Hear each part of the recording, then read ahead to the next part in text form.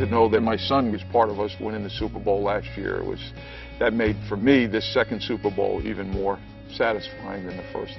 One of the things that I get kind of choked up about is that because of all the time you missed, you're coaching and teaching and helping other fathers' sons, you're never with your own.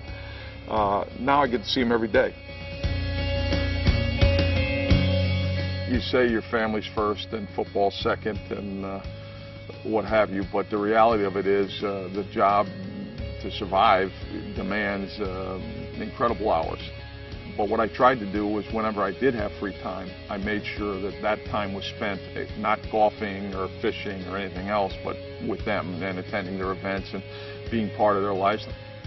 My father was very, very present whenever he could, and we always felt he was there, whether he was there physically or not. To me, that's what it's about. You know, your children have to grow up knowing that you want to be there, and when you're there, you're present with them. He was very much so like that. So growing up, I didn't think it was strange. I really originally started just to be a high school coach.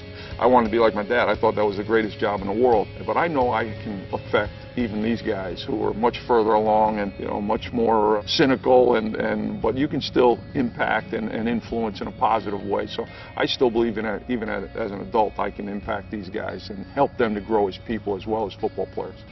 I always wanted to be a professional athlete, and then always in the back of my mind, I thought, if I'm not going to be a player, I want to be a coach, and that was, so my direct initial thought process as far as a job goes was be like your old man, be like your father.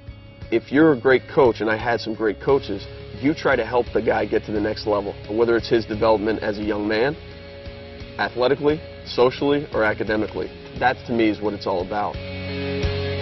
My father, he also was very instrumental in what we did. We would literally get down and say the rosary as a family almost every night, and that would be, of course, led by my dad. And so, as important as athletics was early on, certainly, an opportunity to participate religiously was something that we were exposed to at a very early age.